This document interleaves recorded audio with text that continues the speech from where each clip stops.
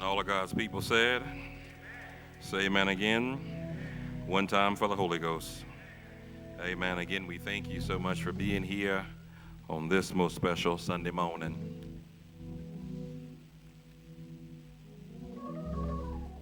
Y'all got to excuse me. I've been feeling like preaching since yesterday. So I had to hold it all together while I was on those planes. If you would, stand with me. Deuteronomy chapter 32. This is going to be an unusual Mother's Day message, I think. Deuteronomy chapter 32, verse 11, there you find these words recorded.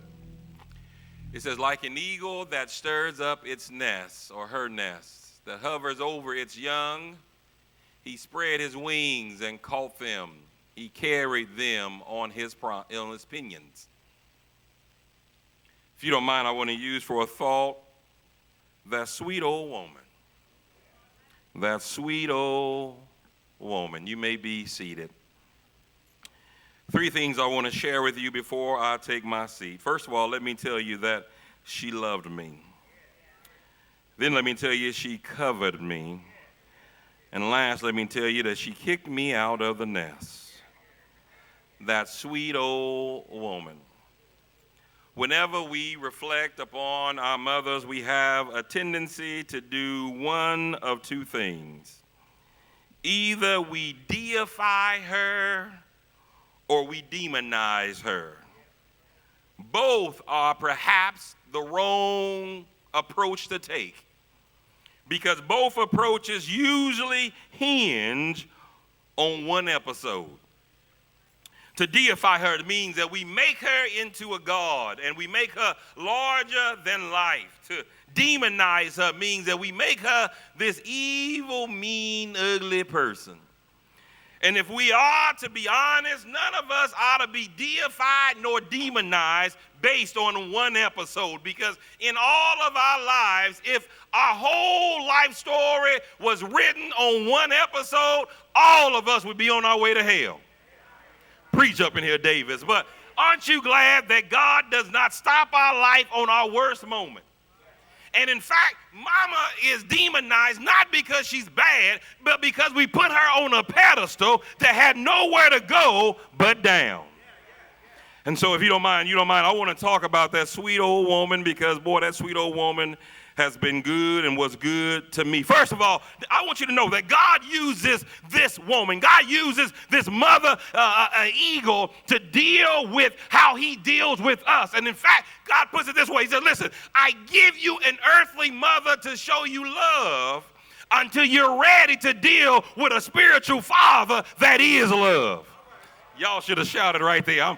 I'm trying to ease up in this, but y'all making this thing hard. Let me talk about this sweet old woman. First of all, she loved me better than anybody has ever loved me before.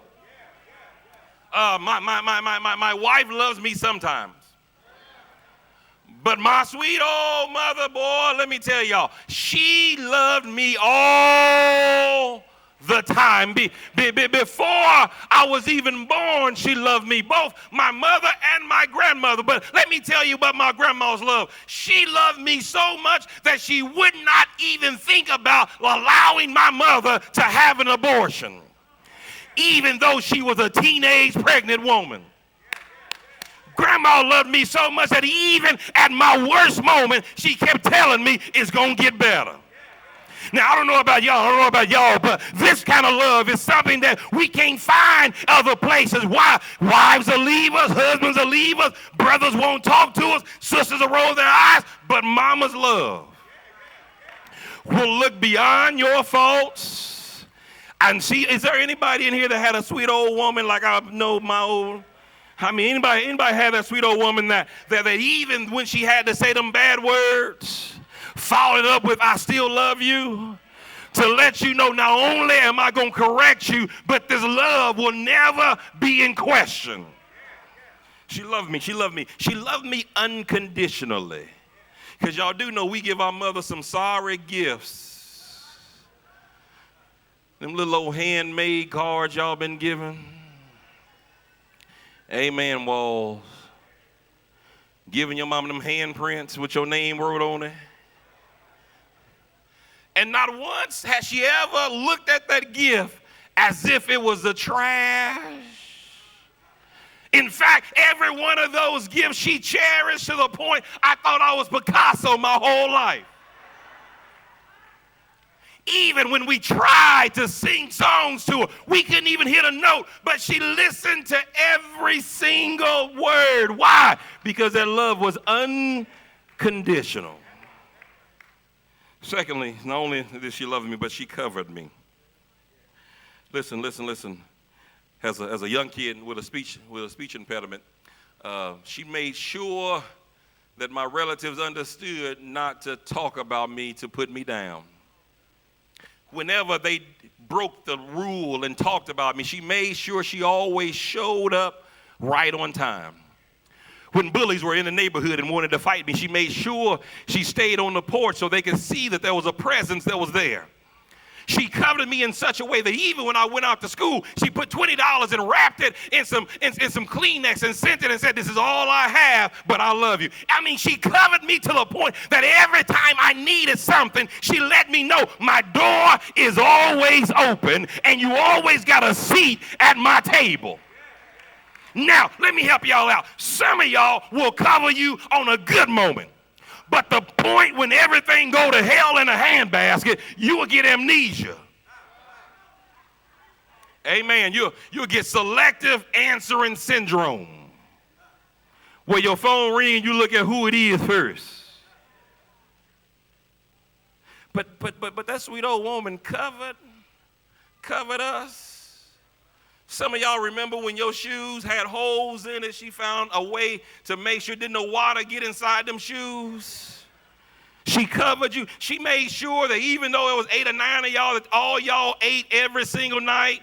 And even if she had to go to bed hungry, she made sure you never went to bed hungry. She covered us. You see, sometimes we'll forget because we think we've always had these nice suits on. But is there anybody remember when Mama and them had to make your clothes?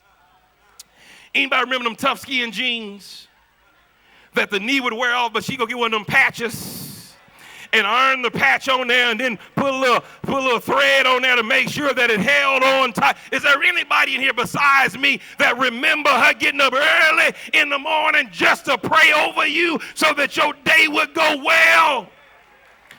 She covered you. She covered you. And some of y'all got to testify that she had to go to the schoolhouse because you wasn't always acting right. And if you had a sweet old woman like me, she said, "Listen, don't make me look crazy down there.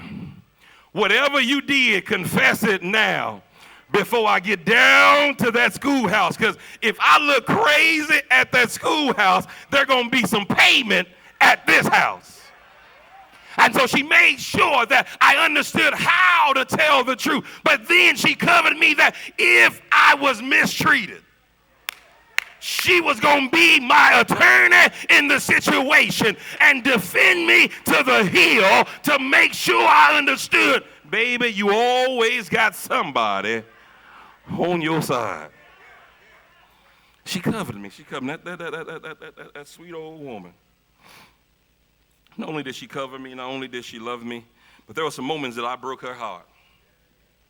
And see, this is where we'll demonize her without looking in the mirror at us. That even though I was a quote-unquote good kid, there was still some times that sweet old woman had to shed some tears for me. There were some times when which she said, "Listen, I'm not going to tell you what to do, but I've taught you how to make the right decision," and I still picked the wrong thing, and she had to cry a little bit. But guess what? Every time I broke her heart, she still came in that room and let me know, "I still love you." I mean, there's some times in which she had to walk the floor before she came in that room because she wanted to say some mean things. But when it was all said and done, she still gave me a good night kiss and said, "I'll see you in the morning." I broke her heart. She never broke mine. I let her down. She never let me down. I came short of her expectations. She never came short of mine. And even when I thought I was doing the right thing, even when I had some money in my pocket and Mother's Day came and I could write that big check, I still found out she loved that handmade gift more than that check. Why would you love that little old tacky gift? I've seen some of them tacky gifts in your closet, Mama. Why would you love them tacky gifts? She said, baby, because that gift showed me that you loved me. You took time out. You made that just for me. My name was on it. You took some detail to make sure that my favorite color was on it. You made that for me. And so that's why that means so much to me. Why? I don't need your money. I didn't raise you for the money. I didn't raise you for the gift. I raised you because I realized you were first a gift from God that I had an obligation to give back to him. And so all the things I did as unto him, because I realized where you came from. Sweet old woman. She loved me. She covered me. I broke her heart. But listen, then she had a nerve to kick me out of the nest.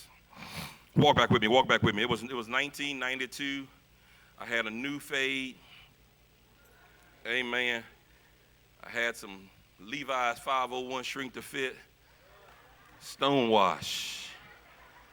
I had a fat roll in the bottom of my pants.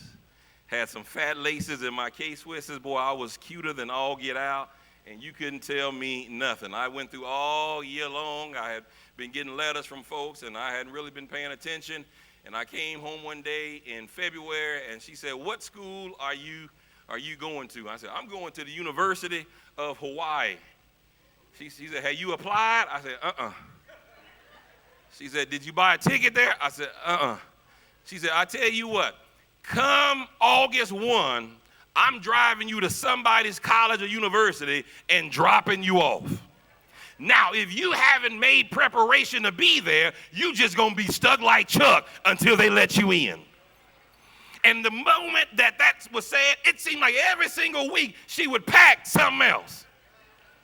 I mean, she started out with a chest, and every week something else of mine was inside that chest. And she looked at me come April, and she said, look, it's getting close. June is real close. And when I said, listen, I'm going to go to Sterling College, yeah, that's my baby. I said, Mom, I got to pack shit. No, you don't. I did it. I took care of it already.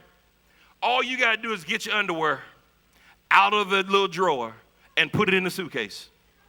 She then put me in this van, drove me, my mama, my aunts, drove me 4 hours to Sterling College, got out the car, put all of my clothes in my dorm room, made my bed, took me to Dillon's, got my refrigerator all stocked, got all my favorite snacks, gave me a big old kiss and said, we gone.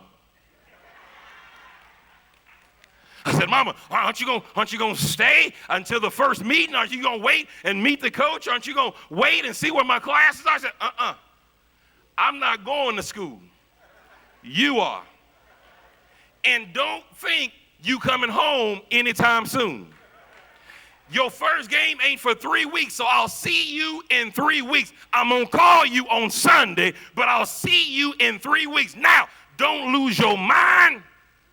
Because if you lose your mind, what will be mine is your behind.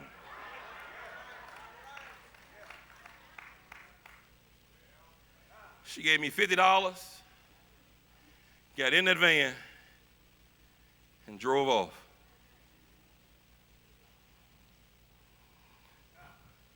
She came up for that first football game. She made me my favorite dish. She brought me some pork chops.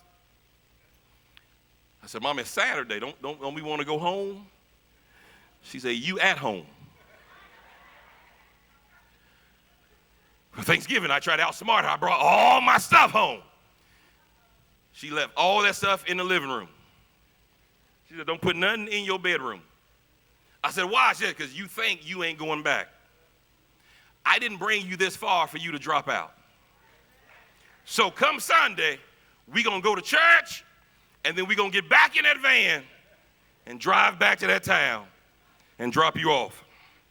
Christmas time, I brought some stuff home. She said, oh, boy, you think you slick?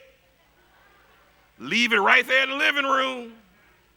She let me have all the fun I wanted all Christmas. I thought she forgot. That Sunday, we went to church. We got out. She said, it's time to go. Even when I graduated, I was ready to go to Illinois, and I had to go back home for a little bit. She said, don't unpack anything. Because I want you to understand, I raised you in this nest, but the nest has gotten too small for you. And if I let you come back now, you're going to mess up the entire nest for everybody left in the nest. Why? You will never get to greatness stuck at the same place you was raised. Woo. You'll never catch a big fish throwing your worm in the shallow.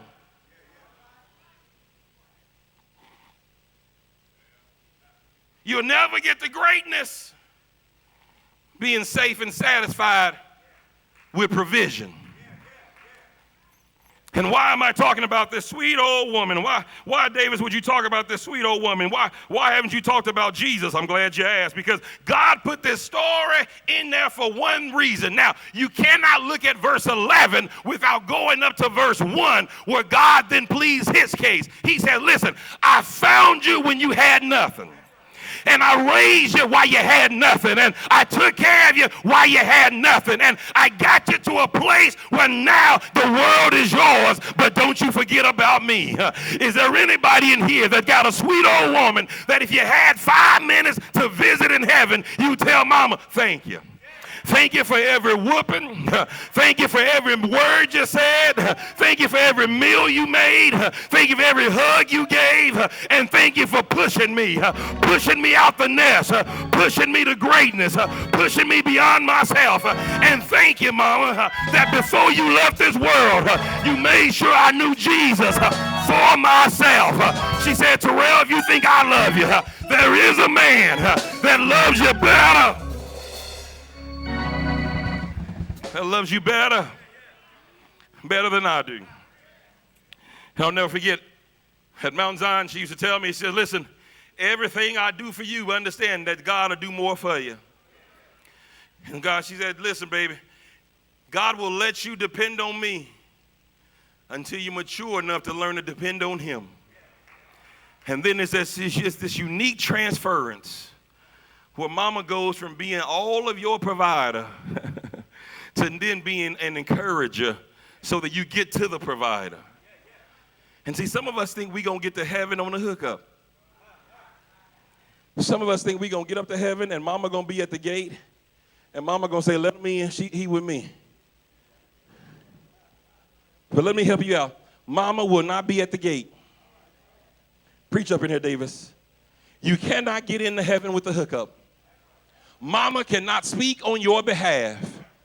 The only way you get into heaven is that you have to have a personal relationship with Jesus Christ. Why? Mama already had hers, and mama will tell you right now, I ain't coming back to help you with yours. You got to make it in now on what I taught you and what I showed you. And if you know anything, understand this. Whatever mama had, you can have more if you fall in love with him.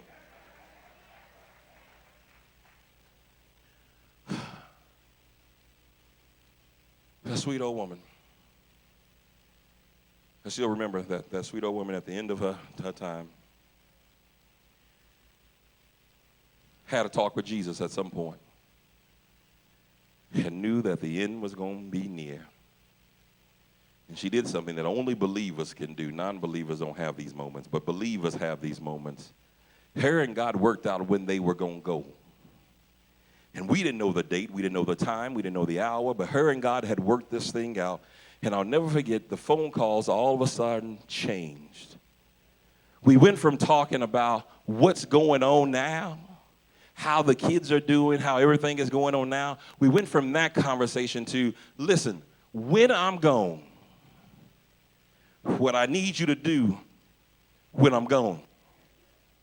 And I wasn't ready for the conversation. I'd always stop her in the conversation. Stop her. Well, Mommy, you're not going nowhere. You're not going nowhere. You're not going nowhere. She said, no. When I'm gone, I need you to understand that I did not just prepare you for life while I was here, but I prepared you for life when I'm gone.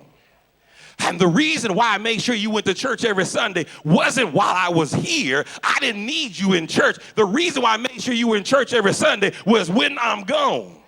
You're going to have an anchor that's going to hold you when the winds start blowing. And so what I needed you to do is I needed you in church to hear the word so that when trials and tribulations come and I'm no longer here, it'll be the word that'll hold you. It'll be the word that'll keep you. And so mama said, when I'm gone, take care of the family. But when I'm gone, make sure you keep on preaching and lifting up Jesus. Make sure that you raise your children in the ways of the Lord. And Terrell, just like when you was younger and you thought I was mad at you, I still love you. And I'll see you in the morning. I'm gone, y'all. But Big Mama ain't here no more. Big Mama is resting in the arms of Jesus. But I got good news. When Big Mama went to sleep on this side, Big Mama woke up on the other side. There was no more cancer on the other side. There was no more pain on the other side.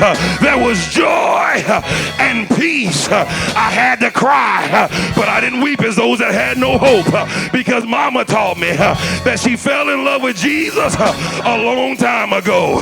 And when this world gets weary and worn, I remember Mama saying that God will be a present help in the time of trouble. When the world gets too big with me, I still hear Mama saying, baby, the Lord will. He'll rock you. He'll rock you. He'll hold you. And he'll tell you that it's going to be all right. Is there anybody in here that you know you got to cry sometime, but it's going to be all right? You feel lonely sometimes, but it's going to be all right. Is there anybody in here that want to tell Mama, I'm still on the battlefield. I'm still working. I'm still serving. I'm still preaching. I'm still singing. I'm still reading. I'm still praying. I'm still praising until my end. But Mama, thank you.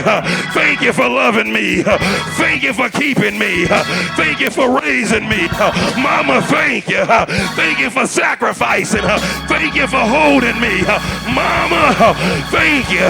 Thank you for showing me Jesus.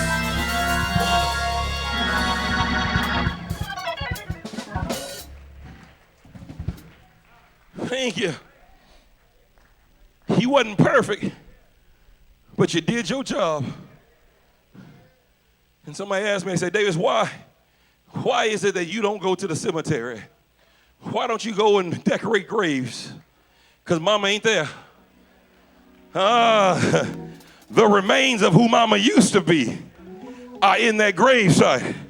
But my Mama is up in heaven, because the word says, in the moment, in the twinkling of an eye, we shall be caught up to be with him.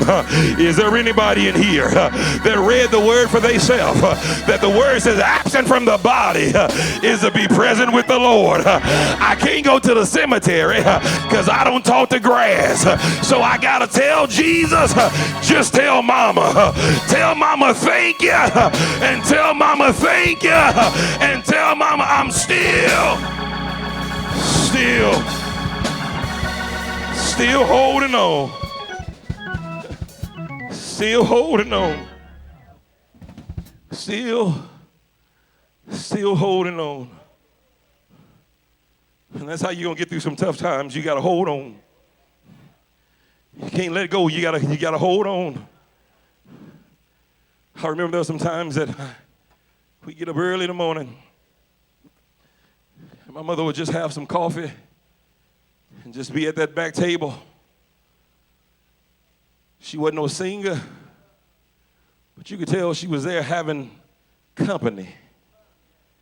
And sometimes I would try to sneak down the hallway to see who she was talking to, because she was so focused on that wall while she was drinking coffee. There wasn't no picture on the wall. She was focused on that wall. And every time I try to peek over there, she said, Terrell, I see you.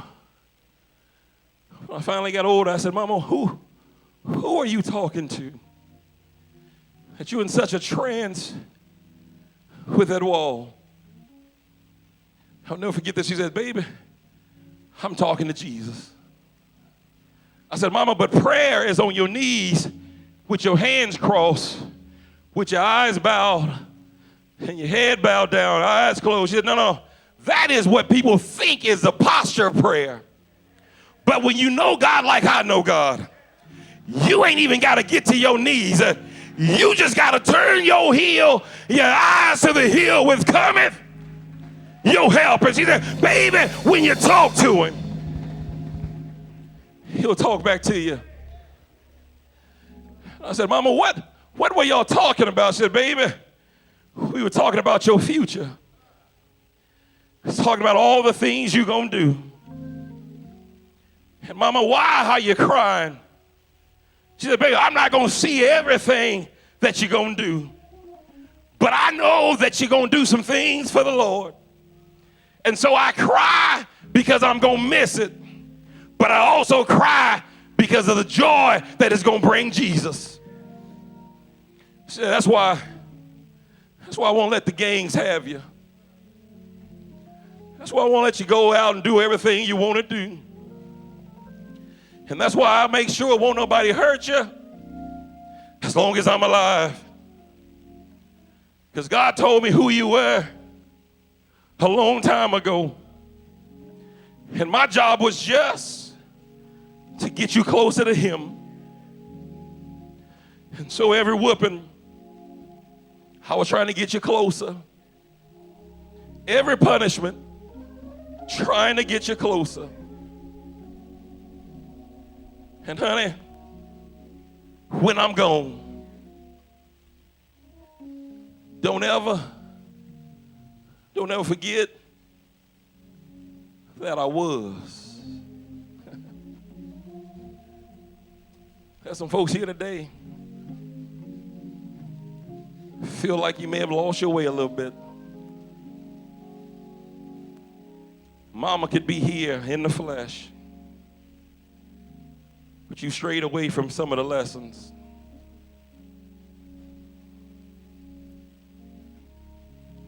Maybe she wasn't the best, but through it all, listen, her good days outweighed her bad days. She didn't abort you. She didn't give you up for adoption. She didn't turn around and leave you. I know she had some issues,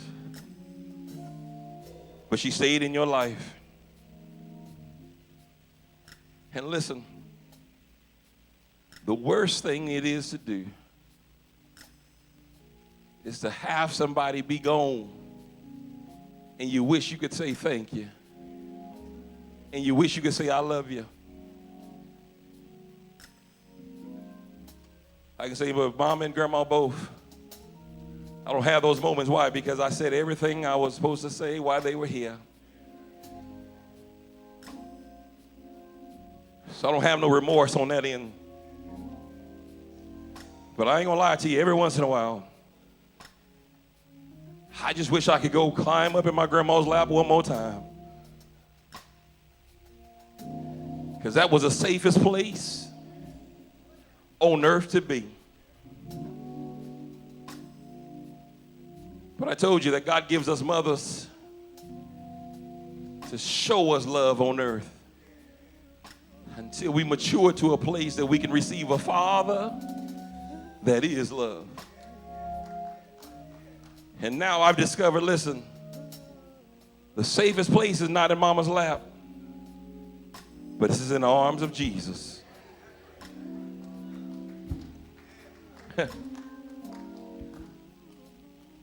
So I need to tell some people right now, it's going to be all right. It's going to be all right. Don't let depression steal your joy. Don't let loneliness steal your joy. But just like that eagle stirs her nest, the final thing the eagle does is pushes the eaglet out to let it soar. So as we stand all over the sanctuary, today is your day. If you need to come and give your life to Christ, if mom has tried to show you who Jesus is and you need to give your life to him, that's the first invitation we give you.